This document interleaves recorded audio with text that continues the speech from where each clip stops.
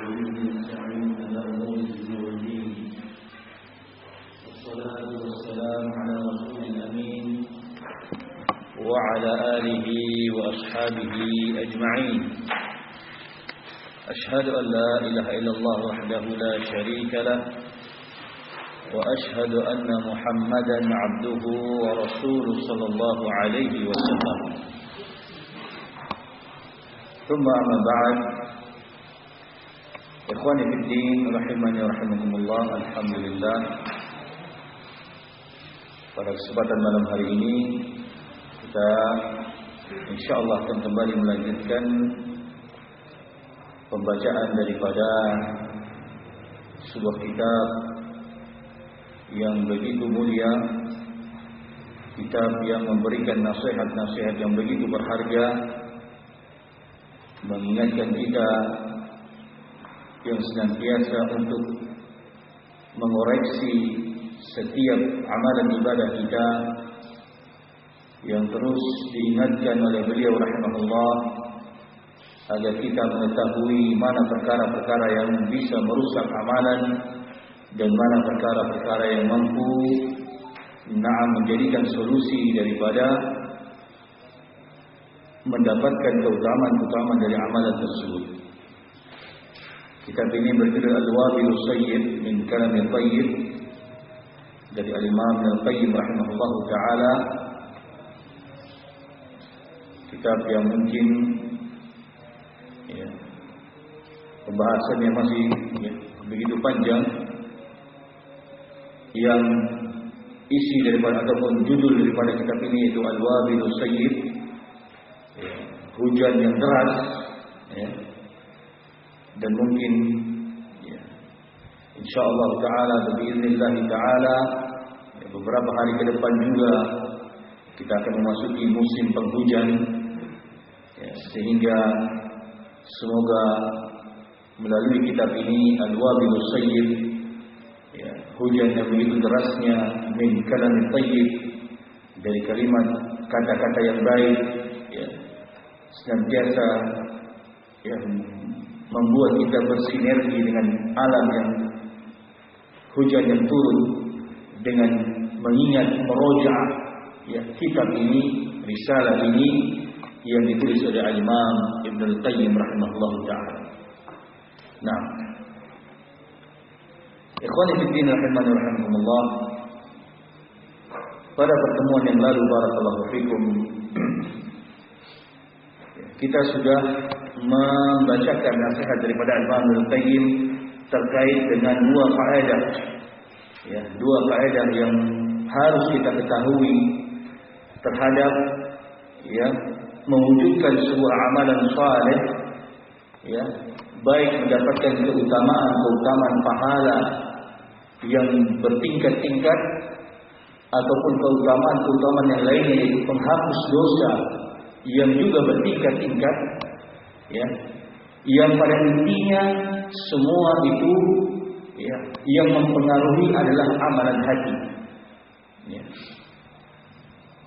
yang mempengaruhi agar kita mendapatkan dari sebuah amalan itu keutamaan, pahala yang banyak, pahala yang berlipat ganda, ataupun juga pengguguran dosa yang juga berlipat ganda, ditentukan dengan hati, melalui amalan hati yang paling menentukan. Barakallahu fiik. Baik, kita akan mengulang sedikit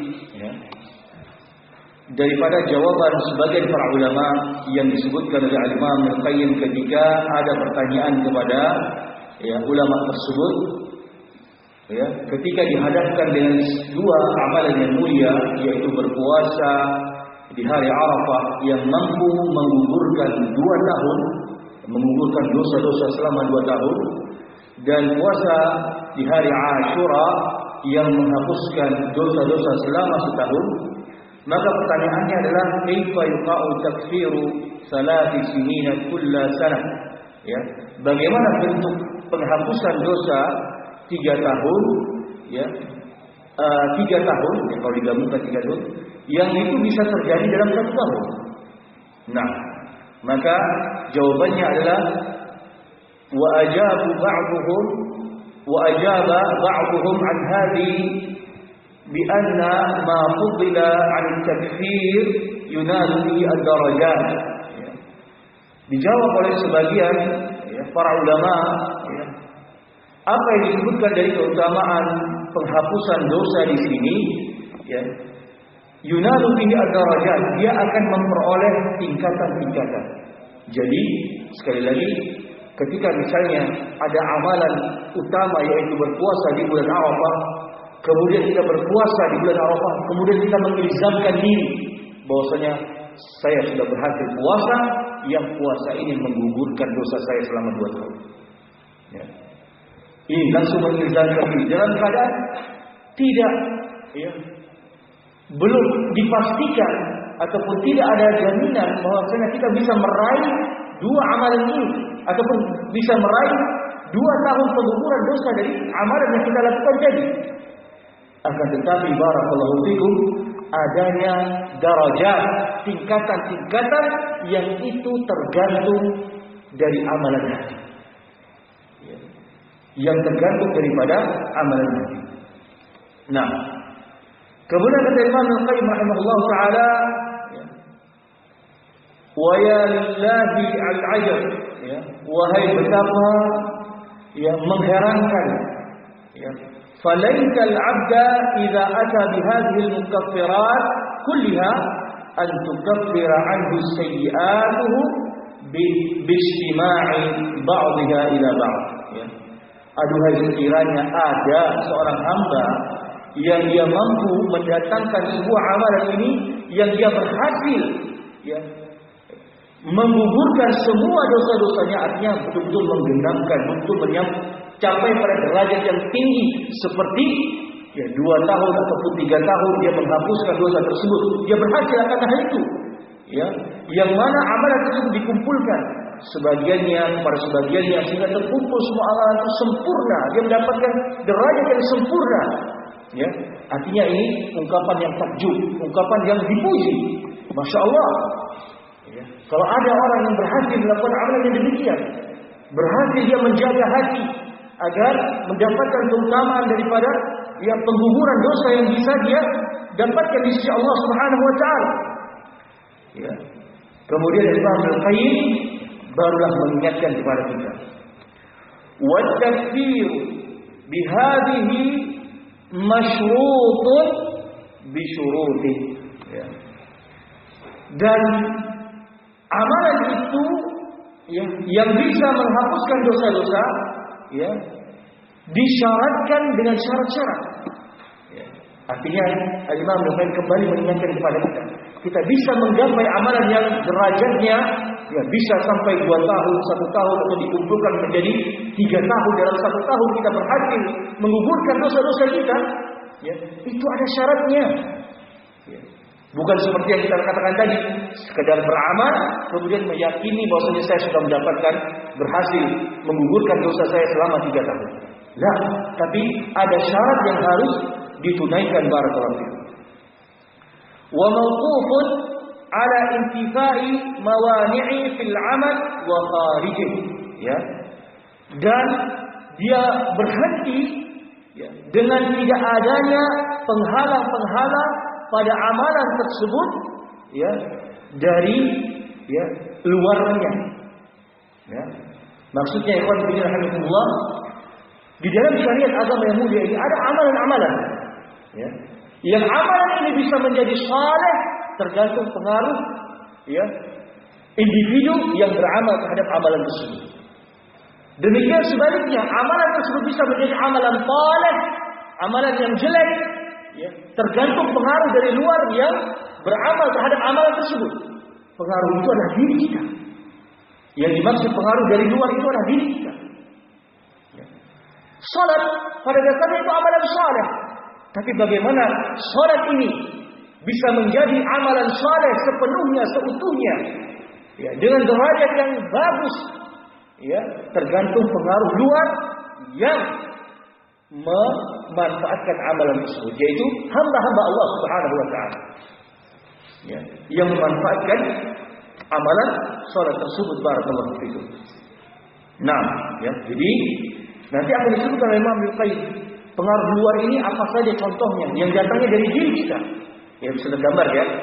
Pengaruh luar itu maksudnya amalan ya, yang menjadikan amalan tersebut menjadi soleh adalah orang yang beramal terhadap amalan tersebut, yaitu individu hamba. Itulah pengaruh luar daripada amalan tersebut. Pada dasarnya amal itu adalah amalan soleh yang kalau amalan itu sesuai syariat itu adalah amalan soleh. Tapi pengaruh dari luar yang mempengaruhi amalan itu menjadi soleh ataukah menjadi amalan yang soleh. Nah, kemudian kata Imam Al-Qayyim rahimahullah, fa in 'alima al-'abdu ya, annahu jaa'a bi syuruti kulliha ya. Kalau seorang hamba itu telah mengetahui ya dan datang dengan memenuhi semua syarat yang telah yang syarat-syarat tadi ditunaikan tersebut. Wastafat anhu al-mawani'u kulluha ya. Nah, dan ya tidak ada penghalang-penghalang ya terhadap sebuah amalan tersebut seluruhnya. Artinya amalan tersebut betul-betul selamat dari pengaruh luar yang menjadikan amalan tersebut menjadi amalan yang saleh. Selamat amalan tersebut betul-betul menjadi saleh. Dia salat, dia selamatkan amalan salat itu menjadi amalan saleh disebabkan karena dia betul-betul menjaga amalan tersebut. Nah, fahina ini yaqa'u at-takfir ya. Di saat itu ya, akan terwujud penghapusan dosa tersebut. Ya, setelah dia menjalankan syarat-syaratnya, tidak ada penghalang lagi yang menggugurkan daripada syarat-syarat tersebut, maka terkabullah ataupun terwujudkanlah ya penghapus dosa tersebut. Barakallahu fikum. Wa amma 'amalu syamalathu al-ghaflatu aw syamalat at-tarih.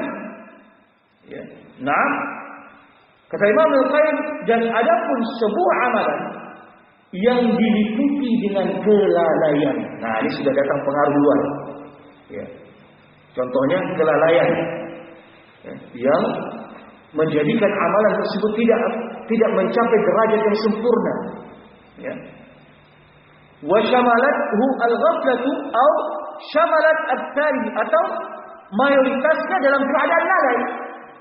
Ya. Dia beramal dengan sebuah amalan, tapi mayoritasnya dalam kondisi yang lalai dia mengerjakan amalan tersebut. Nah, maka wa faqada al-ikhlasu alladhi huwa ruhuhu ya. Dan tidak adanya keikhlasan ya, yang merupakan itu ruhnya sebuah amalan ya.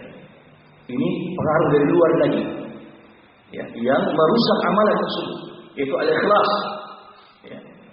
Walam yuwaffa haqqahu ya. Dan dia tidak menunaikan haknya, hak amalan tersebut. Walam yuqaddirhu haqqa qadri, dan dia tidak memuliakan hak tersebut, yang mana hak ini datangnya dari Allah Subhanahu wa taala. Allah yang menghendaki hak ini, syariat ini, tapi dia tidak memuliakan hak itu dengan kelalaiannya tadi, dengan ketidakadanya keikhlasan tadi terhadap sebuah amalan tersebut. Barakallahu fikum. Maka kata Imam Al-Qayyim rahimahullah taala, fa ayyu syai'in yaghfiru hadzal 'amal, lalu atas dasar apa ya amalan tersebut bisa menghapuskan dosa-dosa ya. Kalau sebuah amalan tadi ya tidak didukung dengan pengaruh luar yang baik, tidak didukung dengan keikhlasan, tidak didukung dengan keseriusan ya, terhindar daripada al-ghaflah, lalai, lalu bagaimana amalan tersebut bisa mampu menghapuskan dosa-dosa? Mari kita kaitkan dengan contoh siam tadi, puasa tadi, saum Arafah, saum Ashura. Seorang itu berpuasa dalam keadaan dia lalai dari puasanya. Dia tidak menjaga pandangannya, dia tidak menjaga lisannya. Dia berpuasa karena ikut-ikutan keluarganya berpuasa, tidak ikhlas pada dasarnya. Ya. Lalu bagaimana dia bisa mendapatkan penghapusan dosa yang dijanjikan oleh Allah Subhanahu wa taala 2 tahun atau 1 tahun? Bagaimana dia bisa mendapatkan ini? Ya, karena dia tidak memberikan porsi yang sempurna terhadap amalan yang dia lakukan tersebut. Barakallahu fikum. Ya, jadi insyaallah bisa dipahami dengan jelas. Ya. Nah, kemudian ikhwan fillah rahimakumullah, kata Imam Al-Qayyim rahimahullah, fa in wafiqa al-'abd min 'amali bi annahu waffahu haqqahu alladhi yanbaghi lahu zahiran wa batinan. Ya.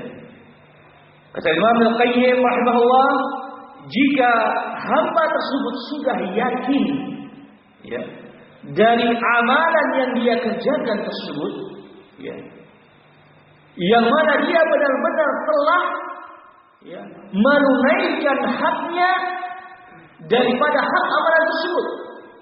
Ya, jadi sekarang kasusnya seorang hamba betul-betul yakin dari amalan tersebut yang dia kerjakan, dia betul-betul telah menunaikan haknya alladzi yanbaghi lahu, yang memang sepantasnya harus dia curahkan, berikan kepada amalan tersebut, baik secara zahir maupun secara batin.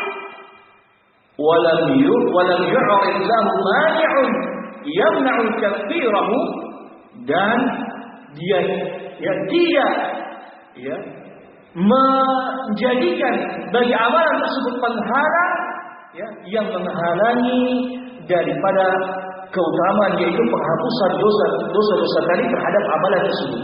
Ya, jika keadaannya ataupun sekarang Syekh ataupun Al-Imam Al-Qayyim ingin menggambarkan sosok orang yang betul-betul menunaikan sebuah amalan di atas haknya, ya, yang akan terhindar dari beberapa perkara yang akan disebutkan nanti.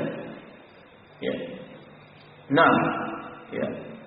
Wala mubtilun yuhibbuhu, ya. Dan dia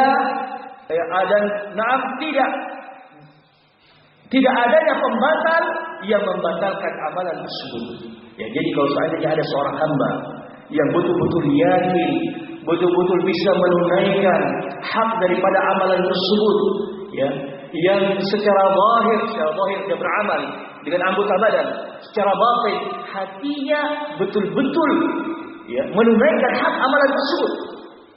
Ya, contoh perintah salat, ya, dia beramal, bergerak untuk melakukan salat secara zahir, secara batin hatinya ikhlas, hatinya penuh rasa harap akan mendapatkan keutamaan pahala dari Allah, hatinya memiliki rasa khasyah, rasa takut akan tidak diterimanya amalan tersebut, hatinya tidak ghaflah, tidak lalai, tapi dia khusyuk, ya, betul-betul memahami apa yang dia baca, betul-betul mentadaburi setiap kalimat-kalimat doa-doa yang ada dalam salat. Ya. Nah, jika ada seorang hamba yang menunaikan dengan, ya, zahir maupun batin hak daripada sebuah amal tersebut, dan tidak adanya lagi penghalang untuk, ya, menghalangi daripada keutamaan tadi, yaitu ampunan dosa yang dia dapatkan, nah, dan tidak membatalkan daripada amalan tersebut. Dan di antara contoh yang akan disebutkan dalam Al-Qayyim, contoh yang merusak, ya, merusak kesempurnaan amalan seseorang, ya, dari sisi, ya, al-batin, dari sisi yang dimunculkan dalam hati, adalah apa contoh daripada amalan yang bisa merusak dan membatalkan sebuah amalan? Yaitu yang pertama, min ujubin, ataupun min ujubin, dari rasa ujub, rasa bangga diri terhadap amalan yang dia lakukan. Ini bahaya. Harus kita wanti-wanti diri kita terhadap amalan yang sudah kita amalkan. Jangan sampai ada rasa ujub. Ini amalan batin yang mampu merusak amalan yang saleh, yang harusnya menjadi amalan saleh yang kita lakukan. Ya, seorang yang berkiprah dalam dakwah ini, masya Allah, dia orang terdepan dalam mengemban dakwah ini, namun muncul rasa ujub dalam dirinya. Ya, Oh, kalau tidak ada saya di kampung tersebut, ya mungkin dakwah akan jalan. Nah, ujung. Ya. Nah, ya. Kalau bukan saya yang membuka masjid di kampung itu, ya mungkin ya, dakwah salafi agak makan masuk di situ. Nah, muncul rasa ujub. Ya. Kemudian penyakit yang berikutnya, ru'yati nafsihi fi, atau merasa ya dirinya hebat, ya, melihat dirinya, ya, artinya maksudnya ingin memperlihatkan dirinya orang yang hebat, orang yang berjasa di dalam dakwah ini. Ya. Nah, berjasa dalam setiap amalan yang dia lakukan. Ya, ini juga penyakit barakallahu fikum yang bisa membatalkan amalan, merusak amalan. Ya. Au mannabi, atau mengungkit-ungkit dengan amalan tersebut. Ya. Dia mengungkit-ungkit amalan yang sudah dia kerjakan. Ya. Nah, ya. Dia membicarakan amalannya, dia menceritakan amalannya, yang padahal kalau seandainya dia tidak mengungkit-ungkit itu, ya, Allah Subhanahu wa taala bisa saja menyempurnakan ya pengguguran dosa pada dirinya. Ya, tapi karena dia mungkin-mungkin, ya, nah, ya, saya yang paling berjasa, ya saya loh yang sering ya berinfak, saya loh yang menolong si fulan wa alan, ya, saya yang memberi informasi ya tentang adanya ya ya berbagai macam ya kebutuhan ini sehingga kita perlukan. Ya, artinya apa? Dia menginformasikan, mengungkit jasanya di dalam amalannya, barakallahu fikum. Yang berikutnya, yatlubu min ibadi ta'zimahu bihi. Ya. Atau ya dia menuntut orang-orang ya untuk senantiasa orang-orang tersebut mengagungkan dirinya dengan amalan tersebut, mengharapkan pujian, ya. Mengharapkan ada harapan dipuji ketika dia beramal, ya. Ketika dia berdakwah, ketika dia menyampaikan ilmu, ingin dipuji, ingin diustazkan, ya. Ingin ya naiklah derajatnya, ya. Nah, maka ini termasuk penyakit ya, hati yang mampu merusak amalan barakallahu fikum. Ya. Atau yatasharrafu biqalbihi liman yu'azimuhu alaih. Atau ya yatasharraf yakni memuliakan hatinya, atau kita bisa artikan dia membusungkan dadanya. Ya. Apa istilahnya? Nah, ingin membusungkan dadanya, membusungkan hatinya, ingin dimuliakan hatinya. Hatinya ini agar termuliakan. Ya. Bagi ya, terhadap orang-orang yang memuliakannya, artinya ingin menonjol, ingin tampil agar dimuliakan. Ya, kurang lebih demikian terjemahannya. Ya.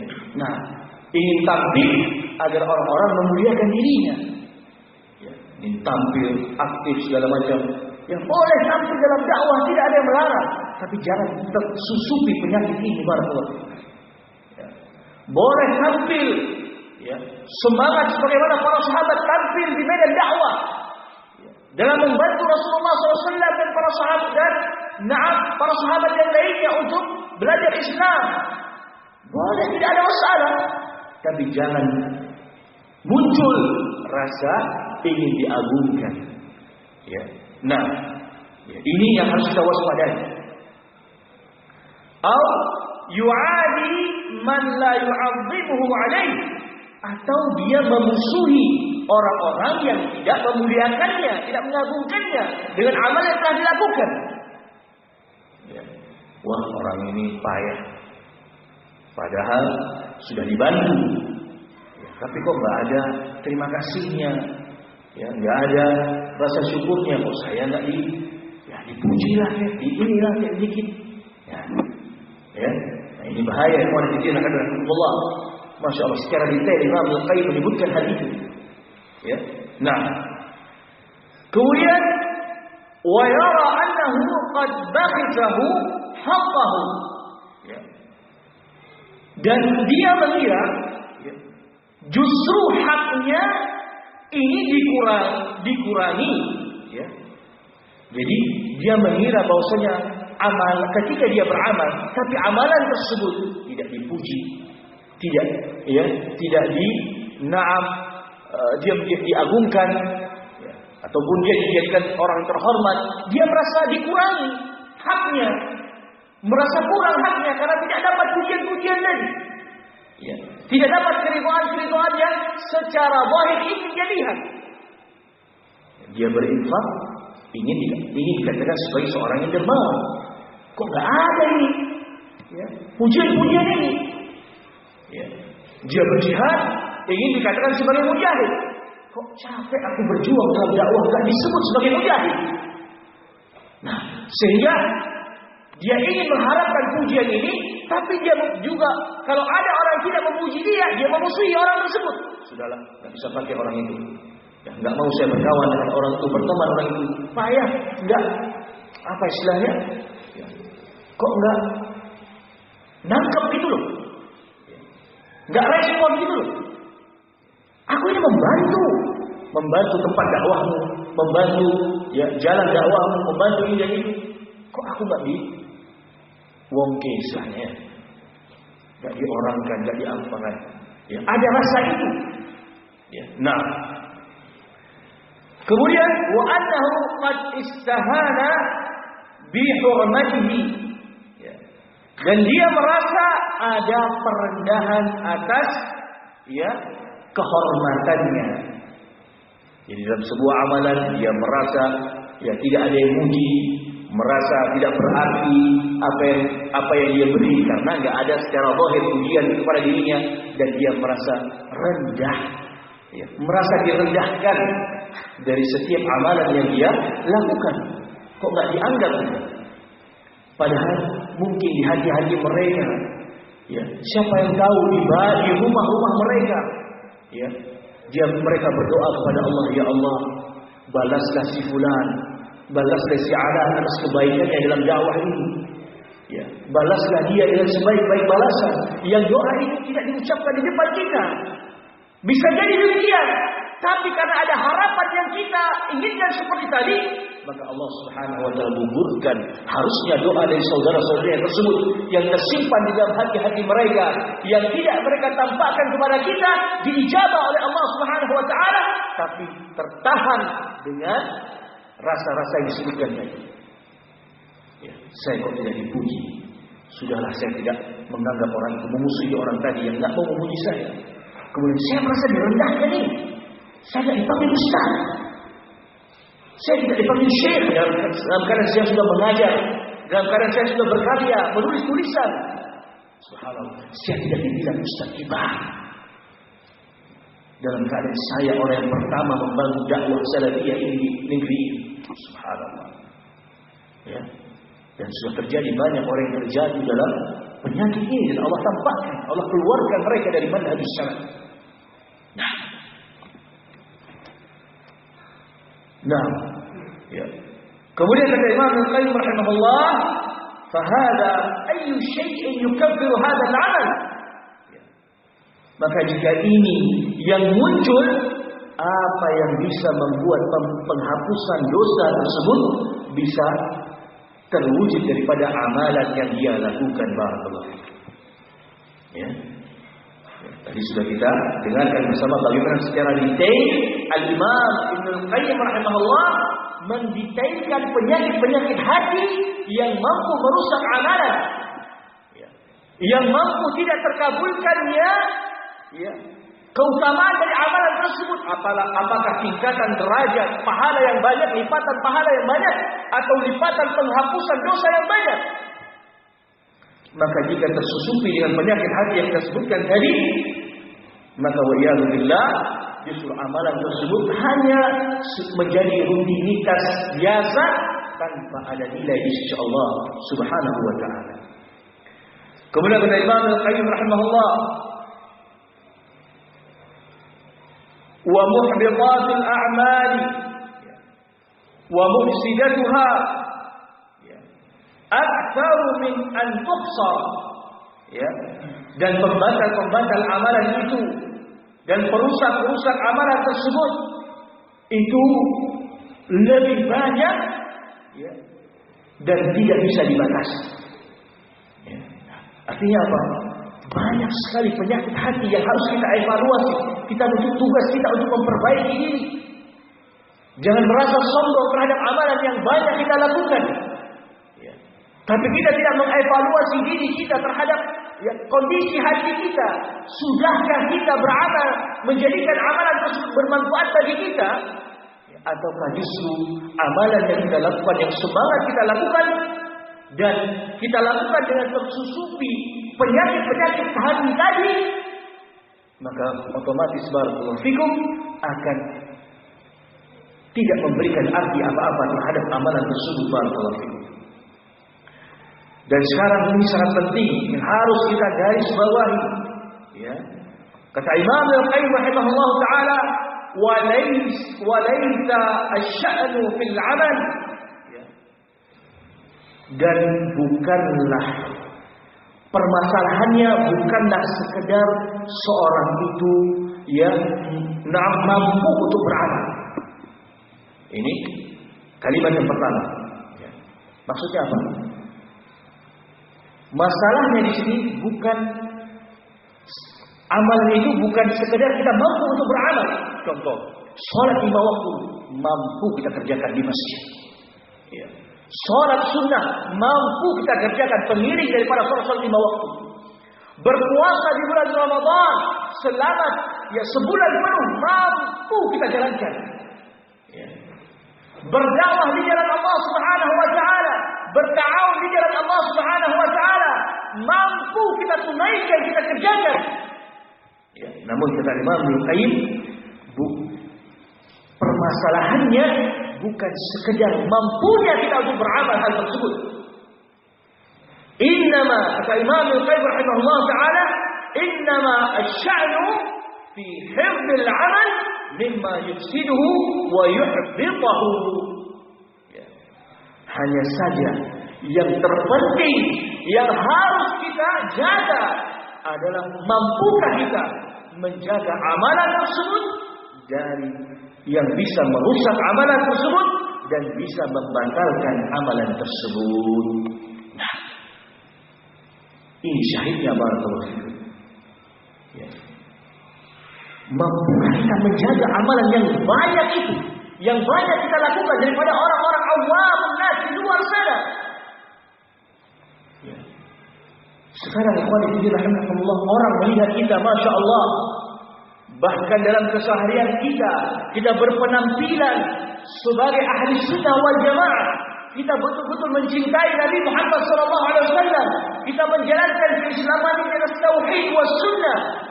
Kalau diukur, dibandingkan, begitu banyak amalan kita dibandingkan orang-orang yang tidak belajar ilmu, yang tidak menuntut ilmu agama Allah Subhanahu wa taala. Namun pertanyaannya ikhwan fillah rahimani wa rahimakumullah, amalan yang banyak kita lakukan ini, sudahkah kita mampu menjaganya dari perkara-perkara yang bisa merusak amalan tersebut atau bahkan membatalkan amalan tersebut? Barakallahu fikum. Ya. Artinya kita jangan sombong, jangan begitu percaya diri. Artinya percaya di sini adalah saya lebih baik daripada si fulan, saya lebih baik daripada si Anan.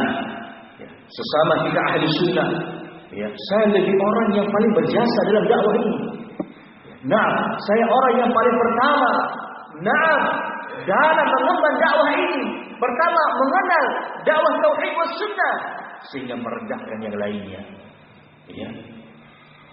Nah, kemudian melihat awamun nas yang mereka patut kita ajarkan, kita nasihati, langsung kita rendahkan, ya, karena merasa saya penghuni syurga.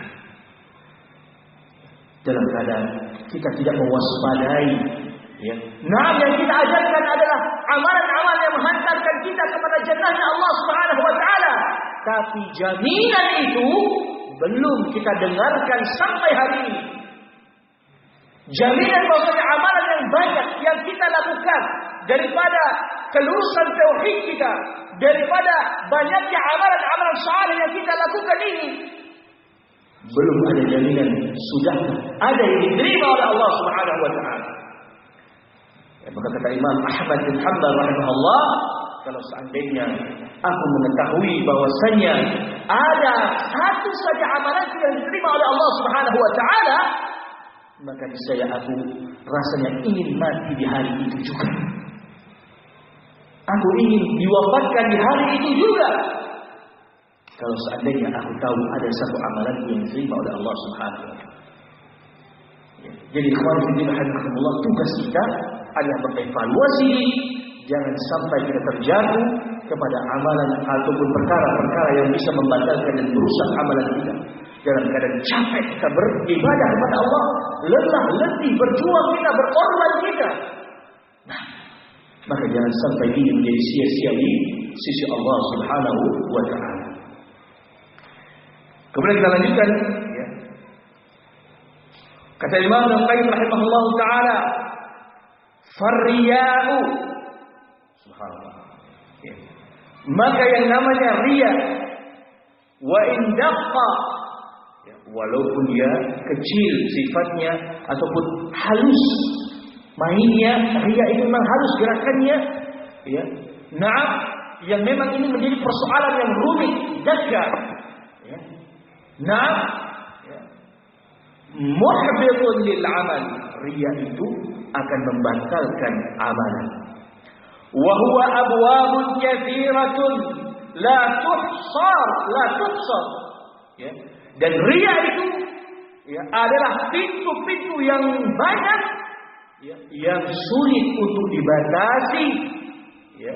Nah, Asy-Syaikh ataupun Al-Imam Ibnu Qayyim rahimahullah langsung ingin, ya, mengarahkan kepada kita sebuah penyakit yang kedudukannya mengalahkan dosa-dosa besar, ya, mengalahkan pembunuhan, mengalahkan zina, mengalahkan dosa-dosa lainnya, yaitu riya, yang posisinya dikatakan sebagai syirkul asghar, kesyirikan yang kecil. Ya. Itu pintu-pintunya banyak sekali. Jalan menuju kepada penyakit riya itu banyak sekali yang sulit untuk dibatasi. Ya. Maka kita harus mewaspadainya. Al-Imam Al-Qayyim mengingatkan kita untuk menjaga hati dan anggota badan agar terhindar daripada penyakit riya ini. Ya. Wa qaulul amal, ya. Dan sekarang Al-Imam Al-Qayyim ingin membawa contoh yang lainnya. Tadi riya. Contoh yang bisa menghancurkan amalan adalah riya. Contoh yang kedua yang bisa menghancurkan amalan, wa qaulul amali ghairu muqayyadin bittiba'i sunnati aidan, ya, mujibu likaunihi batilan. Lah. Contoh yang kedua adalah, ya, amalan tersebut, ya, yang tidak terikat dengan ittiba', mencontoh terhadap sunnah juga, ini mengharuskan amalan tersebut amalan yang tertolak. Jadi yang pertama apa? Amalan riya. Walaupun kita melakukannya sesuai dengan sunnah amalan tersebut, tapi ada riya di dalam amalan tersebut, maka sia-sia amalan yang kita bangun di atas sunnah. Kemudian yang kedua, walaupun amalan tersebut kita lakukan dengan, ya, tidak adanya riya, ya, tapi dilakukan tanpa dengan mencontoh, mentauladani, ittiba' dengan sunnah Nabi Muhammad SAW, maka amalan tersebut juga amalan yang batilan, amalan yang tertolak. Ya. Nah, penyakit yang ketiga, ya, wa man bihi 'ala Allah Ta'ala biqalbihi mufsidun lahu, ya, dan mengungkit-ungkit, ya, dengan amalan tersebut kepada Allah Subhanahu wa taala di dalam hatinya, walau di dalam hatinya mufsidun, maka akan merusak amalan tersebut. Barakallahu fikum. Ya. Nah, ya, Masya Allah. Ya. Ada 3 penyakit yang berbahaya, barakallahu fikum. Ya. Riya, tidak mencontohi sunnah Nabi SAW dan mengungkit-ungkit amalan walaupun itu terungkit dalam hati kita. Contoh misal, ya, hati ini mengatakan ya Allah, walaupun tidak tersebut dalam lisan, tapi terucap dalam hati, ya Allah, aku ini seorang ahli sunnah. Aku mengorbankan hidupku, meninggalkan masa laluku demi menghidupkan Al-Quran wa Sunnah. Tapi tetanggaku si Allah si Fulan, dia minal ahlul ahwa wal bid'ah.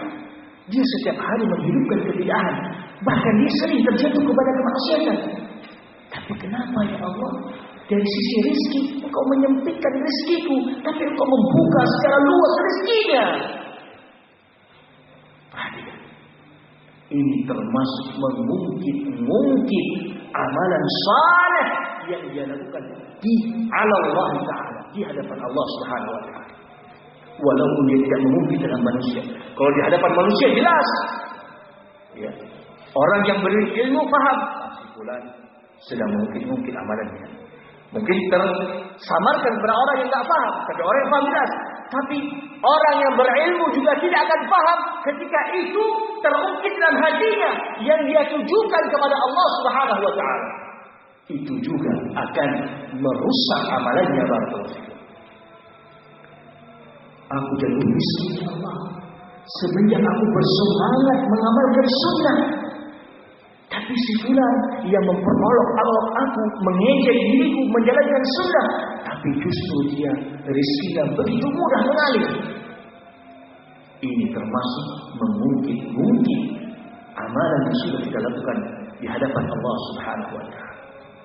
Maka waspada atas, ya, munculnya rasa al-mannu bihi 'ala Allah, ya, sifat mengungkit, ya, na'am, kepada Allah Subhanahu wa taala dalam hatinya yang akan merusak hal tersebut. Wa kadzalika, dan Syekh ingin mentafsir, merinci contoh konkret, ya.